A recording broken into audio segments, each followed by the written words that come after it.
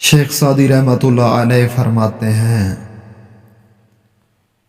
گناہ کی کثرت گناہ کے ڈر اور احساس کو ختم کر دیتی ہے۔ بے وقوف سننے سے پہلے جواب دیتا ہے اور عقل مند سن کر سیکھتا ہے یا مسکرا دیتا ہے۔ دنیا میں سب سے مہنگی چیز ہے بھروسہ، جسے بنانے میں عمریں بیت جاتی ہیں اور گنوانے میں چند سیکنڈ لگتے ہیں۔ خاموشی اختیار کر لیں مگر گلہ مت کریں، گوشہ نشین ہو جائیں مگر اپنا معیار مت گرائیں۔ عزت نہ ملے تو کنارہ کشی بہتر ہے، لیکن وقت کی بھیک نہ مانگیں، کیونکہ عزت اور محبت کے بغیر کسی بھی رشتے کا وجود نہیں۔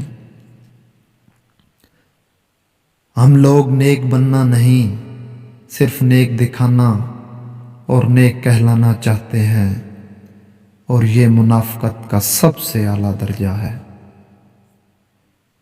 جہاں آپ کا ہونا نہ ہونا برابر ہو، وہاں آپ کا نہ ہونا ہی بہتر ہے۔ کھجور کی گٹھلی پر باریک سا جھلی نما ایک چھلکا ہوتا ہے جسے قطمیر کہتے ہیں۔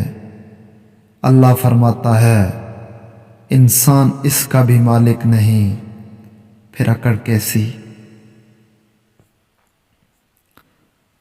ایک اچھا غریب وہ ہوتا ہے جو دولت مندوں کی دولت دیکھ کر حسد نہ کرے، اور اچھا امیر وہ ہوتا ہے جو غریبوں کو اپنی دولت سے خوفزدہ نہ کرے۔ کامیابی اس کے مقدر میں لکھ دی جاتی ہے جنہیں اپنی کامیابی کا یقین ہوتا ہے، سو یقین ایک مقدر ساز چیز ہے۔ خدا بے نیاز ہے لیکن نیاز بندوں کو نظر انداز نہیں کرتا۔